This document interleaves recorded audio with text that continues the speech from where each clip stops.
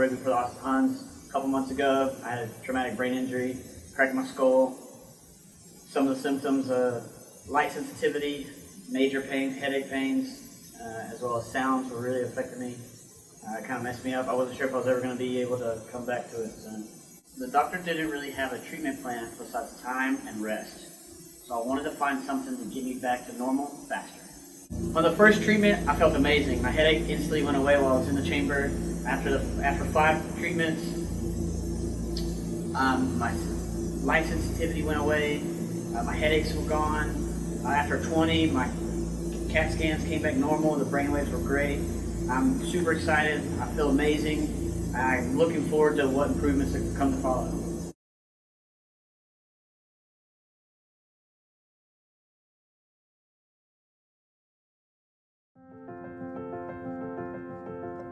Every day at Permobile, we are helping families battling disabilities throughout the world. Our company was founded under one belief that every person has a right to independence and mobility, and that idea is as strong today as it's ever been. Our passion goes into building wheelchairs and complex rehabilitation accessories so that every product is customized for every individual's needs. We are so passionate about giving back to organizations such as Team Luke Hope for Minds that in 2017 we started the Permobile Foundation so that individuals can live a life without limitations. The Permobile Foundation helps them by sponsoring fundraising events, by building accessible playgrounds, and by providing donations such as equipment so that these individuals have access to their independence and mobility. Permobile and the Permobile Foundation are honored to partner with Team Luke Hope for Minds in their efforts to support families and children battling brain injury.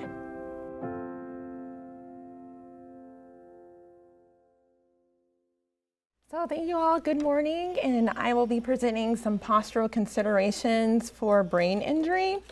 So there's a lot of information, so I'm just gonna jump right into it. So some common orthopedic problems that you might see after brain injury is scalp aches. And so with scalp aches, it's something that's more so superficial. You might have your child or the patient start to rub on different areas on the head, and it's usually superficial. It's a little different than headaches that tend to be a little more muscular and deeper in nature. So things to consider when you're distinguishing between scalp ache and headaches. Also, if there's any spasticity, and spasticity is essentially an overreactivity to stretch, where it tends to make the muscle contract, allowing or disallowing movement or passive movement to occur. So if there's spasticity in neck, arm, trunk, or leg muscles, although it's not orthopedic in nature, it can be a sequelae or cause different issues such as neck pain, shoulder pain, upper back, lower back pain, forearm pain, carpal tunnel pain, especially if the hand is posturing, tight jaw or clenching, or grinding of teeth, which leads to headaches. So calling your attention to the pie charts here. So this is something called the energy pie. And so this is adapted from the limited capacity model, which was made by Mary Lou Asikambovic. And so what you'll look here prior to injury, we have stressors. We have cognitive, physical, and emotional stressors. So we can look at this pie as the energy or how much energy is being expended throughout the day. So this is a representation of what is being used, what resources, what fuel is being used to process this information. So this represents what the brain is doing. So when we look at cognitive energy, we want to think mental task and memory. So procedural memory, the how-tos. With the emotional stressors or energy, we want to think at changes in mood. How often does our mood change throughout the day? It's dependent on situation and condition. The more stressful the activity or the day, the more mood changes, the more fuel that's being burned, the more resources that are being taken away from the brain. physical. So when we look at the physical energy or stressors, some listed here, sorry, the pointer doesn't work on the screen, so I'll be pointing back and forth. So physical stressors are maintaining posture, decreasing muscle tension, managing pain or discomfort, coordinating movements, visual processing. So that's coordinating the eyes to scan and interact with the environment, the processing of that visual information, and also fighting off illness or staying well. If you look at after a brain injury, the reserve and the reserve, this is what we need to target here. There's plenty of fuel prior to the brain injury to put forth resources in these stressors. Afterwards, very minimal. And then just looking at cognitive energy, it takes so much more cognition and more fuel being burned in this particular area to do everyday function. So to remember how to put on my shoes or socks or clothing, how to brush my teeth, how to comb my hair, all of that takes a lot of cognitive energy, and that fuel is burning. A lot of times these resources now are fighting for allocation. So one being used takes away from the other. So you might notice some changes in emotion, limited ability to handle frustration, getting angry. So all of these things can play a role and they interact with one another. If we are able to make some changes on some of the physical stresses in the body, some of those resources can go to emotional and the cognition. So what depletes energy? Having inefficient posture. So calling attention to this tyke here, look at his posture. So thinking about if you have this young man try to read or interact and do activities, how long do you think he'll be able to tolerate that activity before frustration occurs? There's so much gas, if you will, being burned because the inefficiency of the posture, focusing or cognition, not so likely to be tolerated. So to reiterate, posture is a stress and it exerts on the brain. So calling attention to this top photo here, okay. So the average adult brain is about 12 pounds. If you look at the pictures here, the photos here, as the head comes forward, that weight gets heavier and heavier. So if you are able to scoot forward on your chairs, I'm going to have you do something. So I'm going to have you scoot forward, bring your head forward, and slouch, and hold that position while I'm still talking. So when you think about how much stress is being put on the spine and the back of the neck, a small note of where we have our phone or light emitting devices, our iPads, our computers, if your child is using a communication board. If you're having it in the lap, which is very common, look how much stress or how much the body physically is having to tolerate. So ideally, we would want to have that closer to an eye level so that way they can maintain optimal posture, upright posture. So inefficient posture can cause increased pain, neck pain, headaches, low back pain, pelvis pain, increased fatigue. Again, that gas is being burned. Increased irritability. So just think about it. If you're tired or if your child is tired. I know when my children get tired, my little angels are not angels anymore. I don't know what happens. The behavior changes when they're tired. Decreased cognitive load or cognitive tolerance.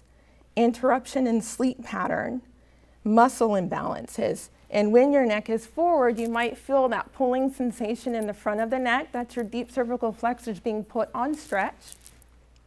You might get weakness to your deep cervical flexor, You might notice structural or functional changes in the spine. Okay, decreased arm function. So those that are in that posture, try to raise your arm up. it's going to be extremely difficult to do, right? Okay, imagine if your child is in a sitting posture or in a wheelchair and you're attempting to have them do an activity. Well, you're making it that much more difficult for them because they're not in good alignment. Think about taking a deep breath. Can you take a deep breath in? Right, it's difficult. Okay, so lungs cannot expand if there's 42 or 60 pounds pressing down on it. You want to think about swallowing. Attempt to swallow. All of that is difficult. So there's an increased risk for aspiration with just poor posture. Making those changes helps to facilitate these things. Also, you might notice that there's constipation. So your bowels cannot move and travel if there's a lot of pressure down on it. Also, UTIs, urinary tract infections. So your bladder is a muscle, and that muscle can't relax if there's pressure on it all the time. Also, skin breakdown and ulcer. So looking at this photo here, this person is sitting on their tailbone or in their sacrum. So over time, that skin can break down and cause sores or ulcers. So just with inefficient posture or changing the posture, we can affect all of these things. So if we had ideal posture, looking at this photo here, it's a plumb line. We would have a straight line going from the ear, the shoulder, down to the hip, the knee, and the ankle. So this is ideal posture. When there's forward head posture, the ear is in front of the shoulder. So that area can cause stress in the back of the neck, rounding of the shoulders, or weakness to your middle trap and your rhomboids. Again, we talked about those deep cervical flexors being on stretch and tightening of the front of the shoulders or your pectorals. Tightness and weakness in one area can affect multiple areas. So, like Mr. Bryan said, I work with a lot of brain injury patients, a lot due to trauma. And sometimes it's amazing where someone will come in and they have a headache here, and then when we do assessments, the tightness is either coming from here or here, and we only treat that area. And they're pretty amazed that, wow, my headache was here, but you're working somewhere else, and now my pain is gone. So everything is connected, but there are some common culprits to cause headaches. We have the suboccipital region, which is shown here. So shown with the rectus capitis and obliquus capitis. So those are the muscles that are in the base of the head.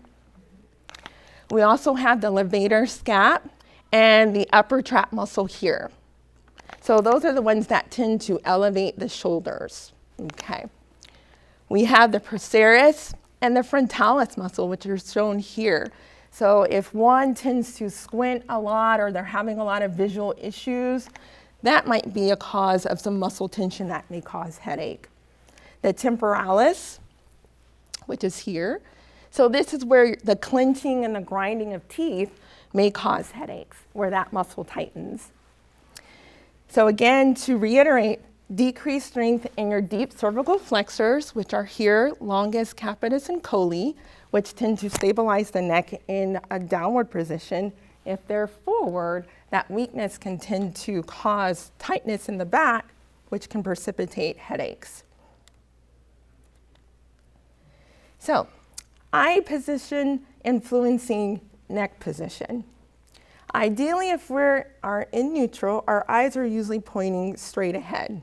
So that all is well in the world where the eyes are facing straight ahead and in alignment. If you have neck extension, that tends to bring the eyes inward and down. So if you look at your thumb and then tilt your head into extension, you might feel your eyes come down and in. Can you feel that? You might note if your child is tending to extend their neck a lot, especially when they're wanting to focus on something near, there might be some challenges with their eyes coordinating or converging, and they're doing that as a compensation. Also, you want to consider if there's a lot of extension, can their eyes move upward? So I met a brain injury survivor a few months ago, and they had their TV mounted towards the ceiling, a little more elevated. And so they noticed that he would tend to bring his head up into a lot of extension, and that was because his eyes couldn't move upward. So he was compensating in order to see the television. So neck being in flexion. So that tends to allow the eyes to separate. So looking at the thumb again and then pitching the head down, you might feel your eyes separate. Okay, so this might be a struggle if there is the eyes tending to posture inward. The compensation is that the person or the child might tend to bring their head down to try to get their eyes to separate in order to see. Also with flexion, you want to consider, can their eyes move downward? So just actually last week, I met another brain injury survivor, and they came in for neck pain.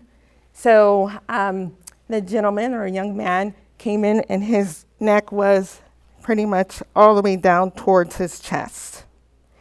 They tended to put all the communication boards and devices in the lap, and they noted that he would pitch his head down, and they didn't know why.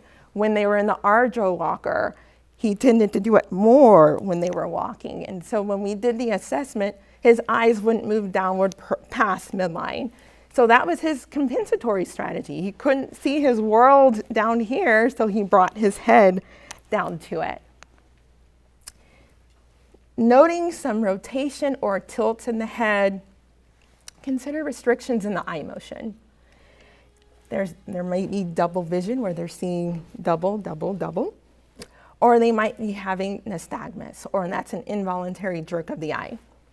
So this is my handsome little guy, this is my son, and you'll note that he has his eyes pitched over to the left. Well, he had nystagmus, which is an involuntary jerk of the eyes, and at 6 months old, his brain taught him is if he looked towards the left and turned his head to the left, that the nystagmus slowed down, that it was able to stabilize and he could see everything steady.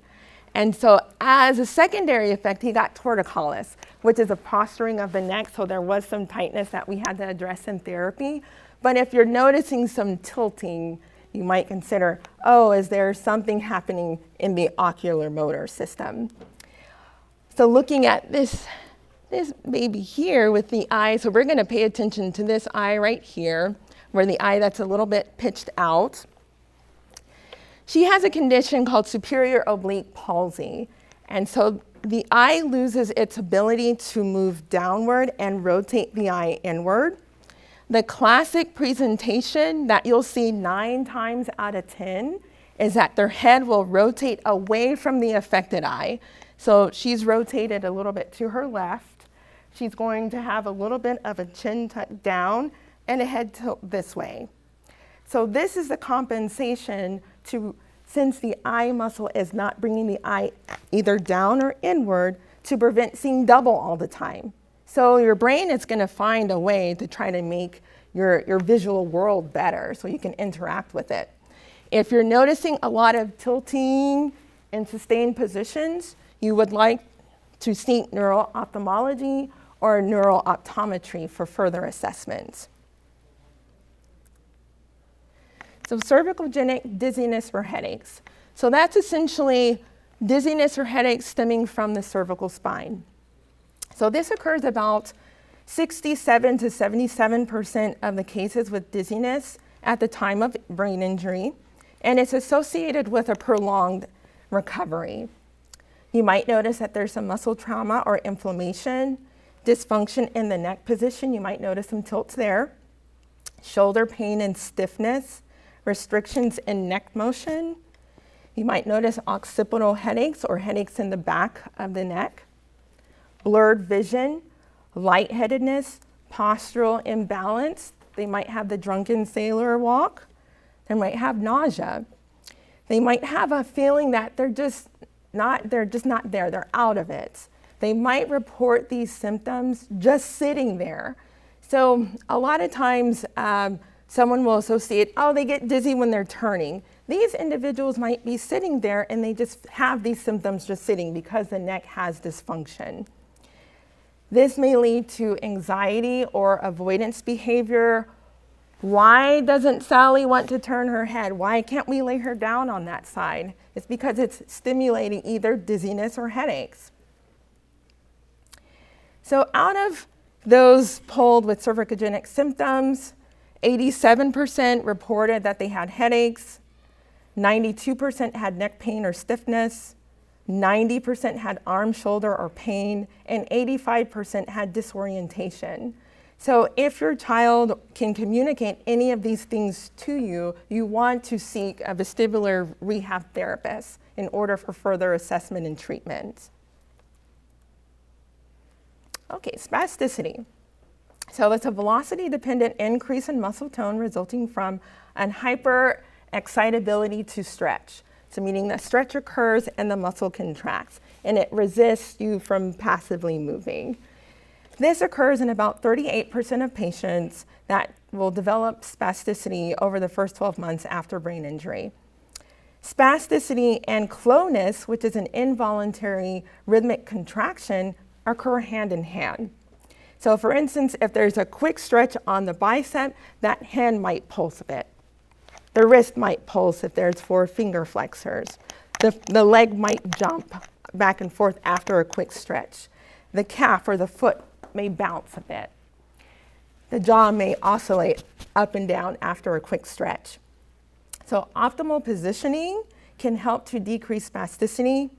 Weight bearing, especially the use of standing frames or placing hands and legs in weight bearing to help to normalize your tone, can help to reduce spasticity. Vibration is also another way that helps to reduce spasticity, and I think someone is speaking about a vibratory plate. I don't know if it's later today, but all of those things, full body vibration is an excellent way to reduce spasticity. So how do we refill the tank? By adopting better postures. So calling your attention to the spinal column here. So we have the neck, the mid back, and the low back. And we want to try to maintain these natural curves. So where there's a concave curve to a convex to a concave. So ideally, if we can get this posture, like seen here to match up, a lot of times that's a great way to maintain neutrality and help with pain if there's any pain associated. So with this, you would want to seek the guidance of your PTs, OTs, and your assistive technology professionals. So we're a team that will work together if your child is wheelchair bound and they need a seating system. We incorporate the family's goals, the patient's goals, and we try to get a seating system that will accommodate them.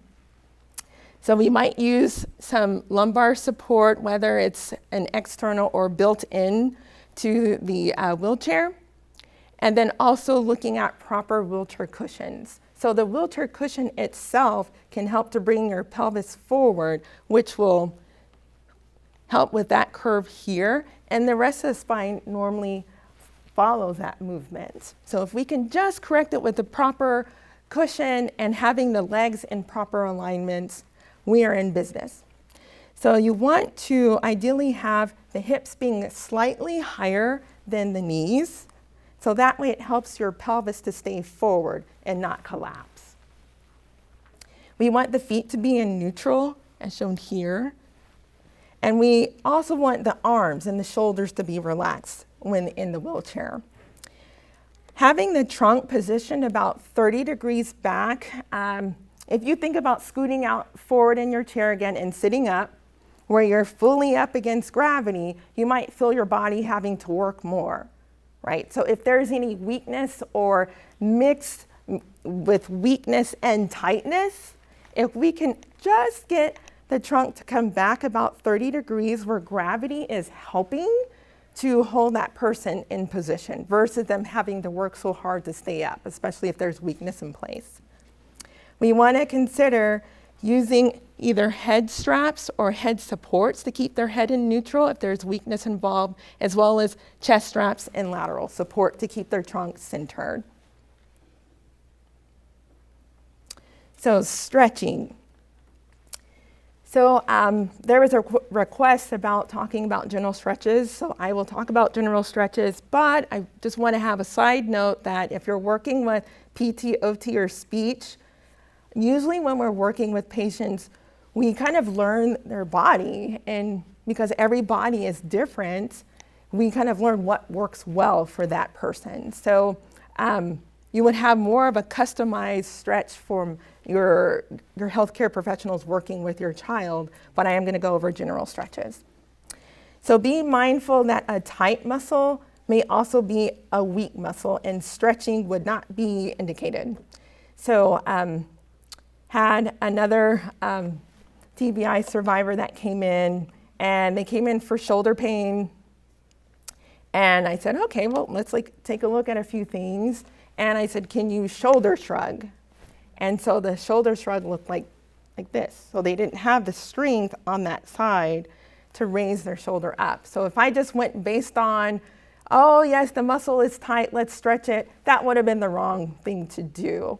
So when we looked at strengthening that upper trap, that pain went away, which was amazing. He was so happy that he thought we had to stretch, and I said, nope, you need to strengthen. So with stretching, you would want to perform some active or passive warm-up to the tissue before stretching it. You want to try to avoid stretching a cold muscle because you introduce the risk of injuring it. So the stretches should not cause pain for any of the party involved. So the stretcher and the stretchy. So you have to kind of consider your body position and being in tune with what you're doing for your loved one with your stretching. So it shouldn't cause pain. So there's a difference between feeling strain or pulling or anything that's sharp or stabbing or radiating, which would be your stopping point. Like slowly apply pressure. So if there's spasticity or clonus, if you do a very aggressive stretch, that's going to trigger that tone to occur. So we want to slowly apply pressure, use your body to help to facilitate the pressure. You want to stretch daily or consistently, especially if there's contractures in place. So contractures are essentially the tissue and the muscle have tightened to a position where you can no longer gain motion. So usually the stretches are in combination with Botox or other neuromodulators.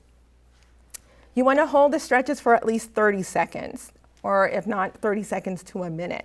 Usually neurologically involved muscles require more time for those muscle spindles to relax. Perform about 3 to 5 repetitions. So with that, there was a study done and they took a look at what would be the optimal amount of stretching to occur to have the maximal effect on the muscle.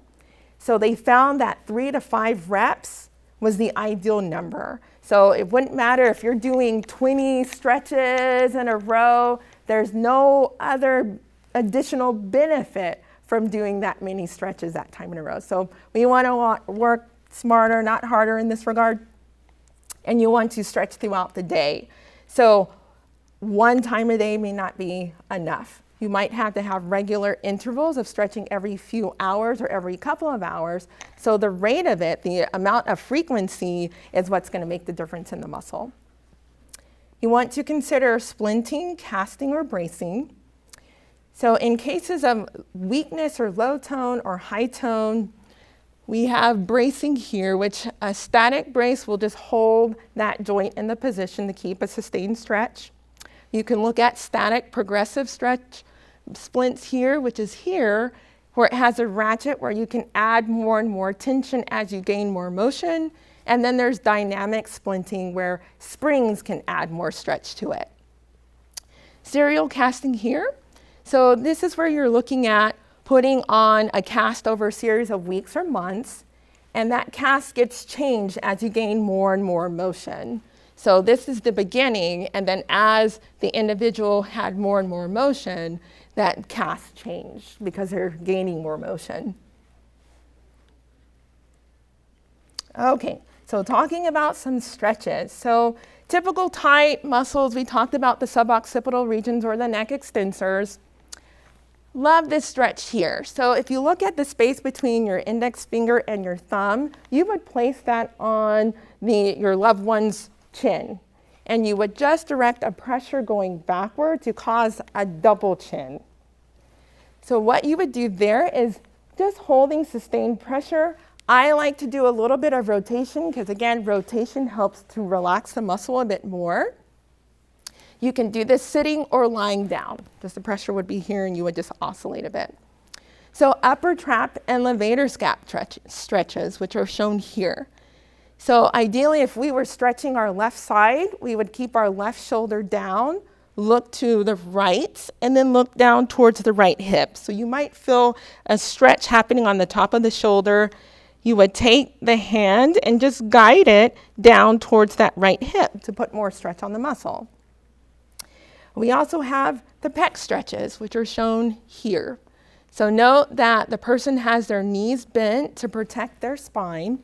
You have your arms and you're just placing it on top of the shoulder and you're leaning forward. You're using your body weight, so we're working smarter, not harder, to put a stretch on their pecs, opening up their chest. You can also look at bringing the arms or shoulders back to stretch the pecs as well. So stretching the lower legs, so inner thighs. Again, I like to use rotation to relax the body, whether it's one leg at a time, both legs, having the leg extended and rotating the leg back and forth before stretching. I like this particular stretch if there's low tone involved, so meaning if there's not enough strength to hold themselves up against gravity, lie them down. I like putting the legs against the wall because I can have gravity where gravity is acting on the leg and I just simply have to just push on the thigh in order to get a stretch. The other here, kind of your traditional one, lying down and pulling their leg out like a windshield wiper to stretch the inner thigh as well. If they're able to get with their legs to rotate out with their feet together, this is another great stretch where you can add ankle weights. So you might use 5 pounds, 10 pounds at the most, wouldn't use anything really heavier than that, and place it on each side of the thigh and just have that push down towards the floor. So if you can't physically push down, allow ankle weights to help you out as well. So stretching the front of the hip or your hip flexors, calling your attention to this photo here. So lying on one side where you cradle the leg, so you're almost like you're just cradling it, draping it over your arm. One arm can stabilize if you need, but you're just bringing the leg back behind, stretching the front of the hip here. Another nice one is bringing one knee up towards the chest where your loved one is over the edge of the bed or mat, and you're just pushing the leg down towards the floor, again, to stretch the front of the hip. If your loved one can tolerate being in the prone pillow, I really like using the prone pillow and placing someone on their stomach, because in this position, you're allowing gravity to help to stretch out the front of the hips. So you keep a really nice neutral position of the neck. You get a little bit of retraction, which is good. Stretch the suboccipital area. But ideally, you would put pressure on the pelvis and then bring the heel towards the bottom. Note that there's a little pillow here. So in some cases, if someone's hips are extremely tight and they can't get flat, you would want to put a towel roll or a pillow at first. And as they start to gain more motion, take that pillow away and start slowly making it flatter when they gain more motion. So looking at hamstring and calf stretches. So if they're in a wheelchair, ottomans work well, chairs, bed, etc., where you can place their foot on a surface, have a little bit of space underneath their knee, and they just simply lean forward to get that stretch on the hamstring. If they're a little bit lower level, needing a little more support, you might prop the foot on pillows and then just use a strap in order to facilitate that. I love the ideal stretch. We have one in the clinic, and I think we all fight over it because we love it. So essentially, it's a device that you would loop the foot in, and it has a strap that's over the leg here that goes on the thigh, and you just simply pull up on the bar. and it takes the work out of the picture. It's a piece of cake to stretch. So this is an ideal one that we like to tell our patients about because it's so easy to stretch your calf and your hamstrings with this device. A lot of times if there's low tone again, lying down on a surface, propping the foot on the wall. This when you get a combination of your hamstring, inner thigh, and your hip flexors, you get 3 for 1. So sometimes if there's some time constraints, combine it. An easy one is just draping the foot over your leg, and you just simply apply a pressure down as you're pulling up on the foot. Here, lying down with a little towel roll to support the knee, and just pulling gently on the foot and using your forearm to bend the foot towards them to stretch the calf. Again, I love being on the stomach, so you're allowing gravity to help you. So bending the knee to about 90 degrees, and you're just simply, you can almost just lean on them. You just use your forearm and just bring that foot down towards the body, and you get a nice soleus portion of the calf stretch. So we're working smarter, not harder. Okay, so I also included some interventions for muscle restrictions. And I tried to list it from the least invasive to the more invasive. So kinesio tape, has anyone heard of kinesio tape? Love it, yes. So the way that we apply it for tight muscles is to inhibit the muscle. So where we introduce a low load stretch over time to keep that tissue on stretch, to relearn like, oh, I need to relax and not stay tight all the time. Massage therapy is great. Cupping or myofascial decompression, which is shown here, where essentially you're using that suction or deep, so negative pressure to get a stretch on the fascia. So the fascia is what covers the muscle. So almost if you look at, if you peel the skin back on chicken, there's kind of that shiny sheath that's there, that's the fascia. We have that covering our muscles as well. So if there are restrictions in that, that can cause muscle pain in itself. Dry needling. So it's shown here. So this is where they're using very fine needles and they're placing it in areas of tightness.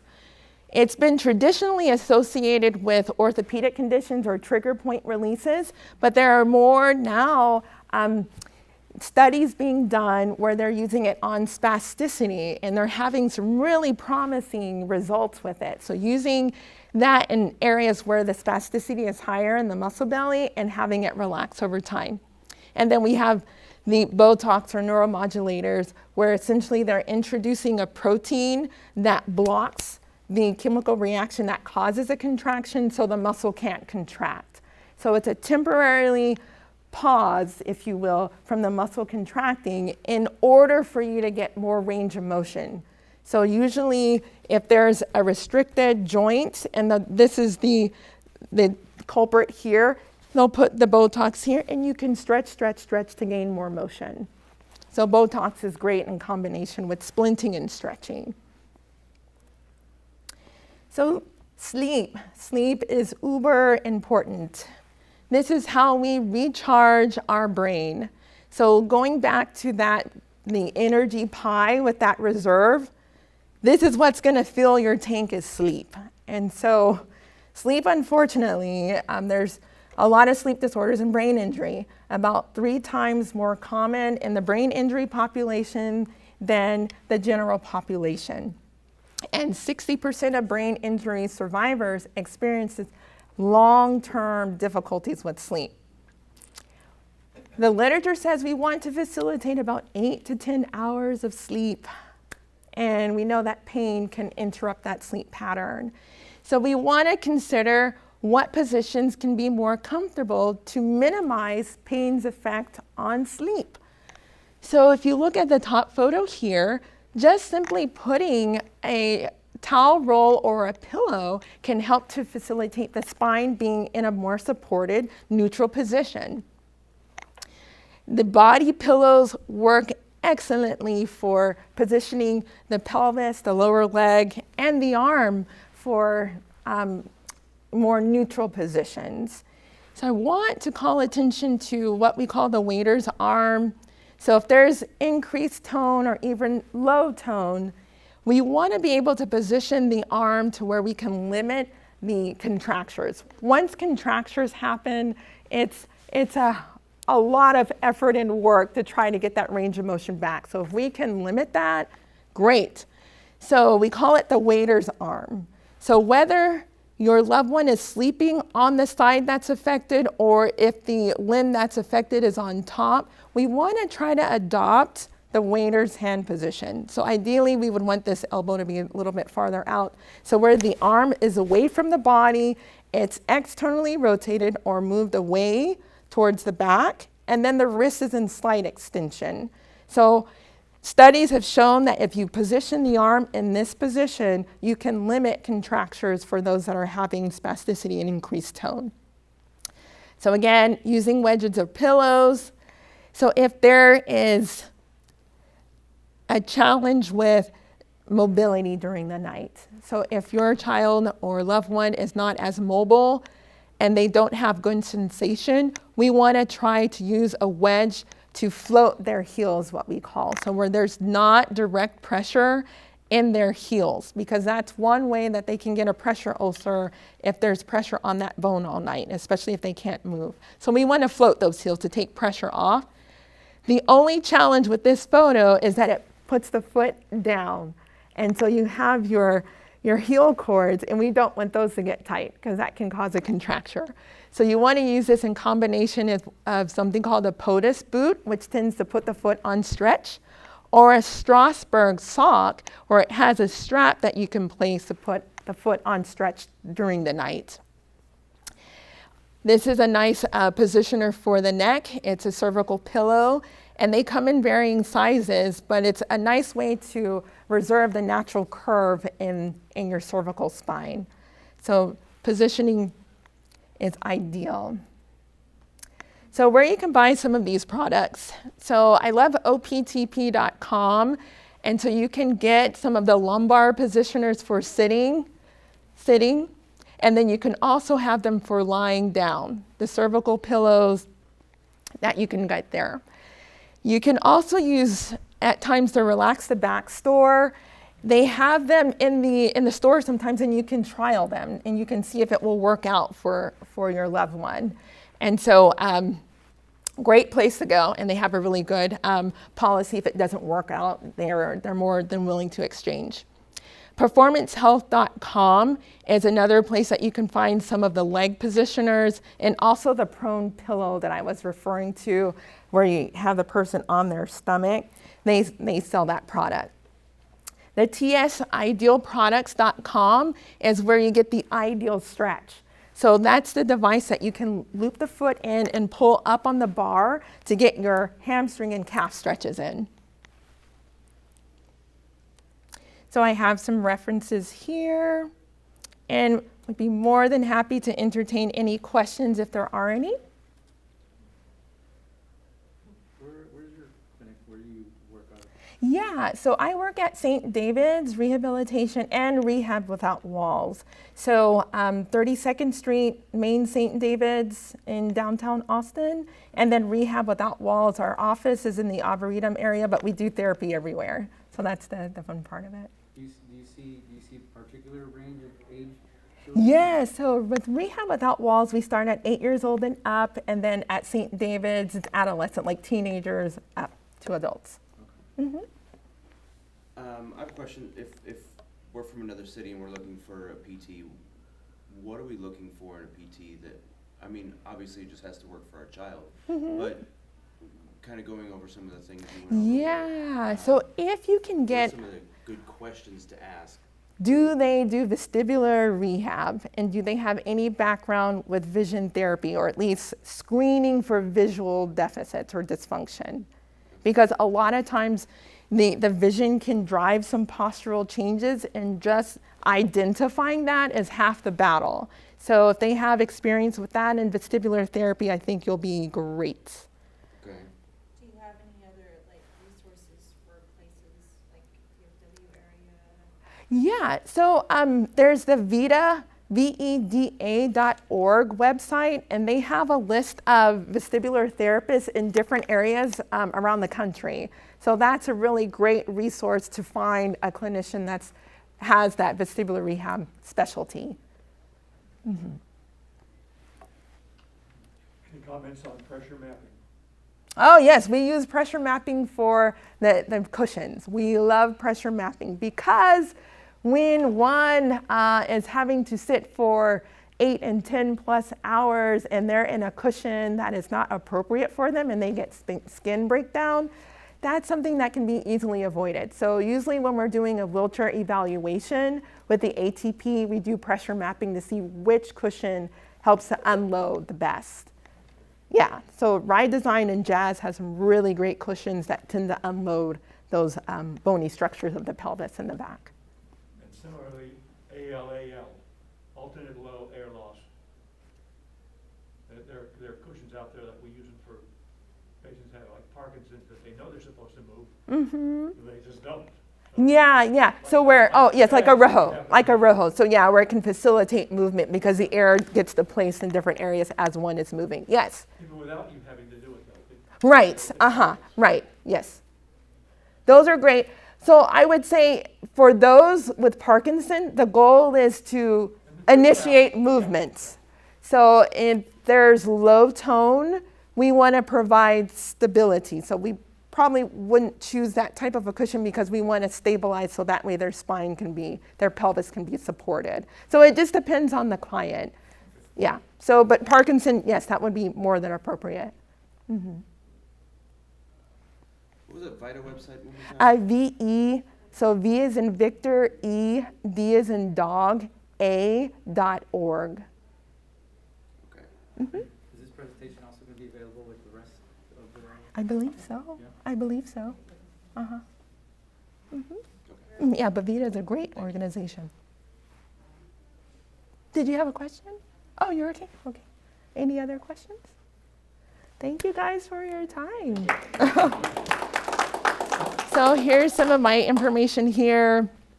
So at natasha.johnson@rescare.com or natasha.johnson@stdavids.com. And this is my office number here, the 544-8679.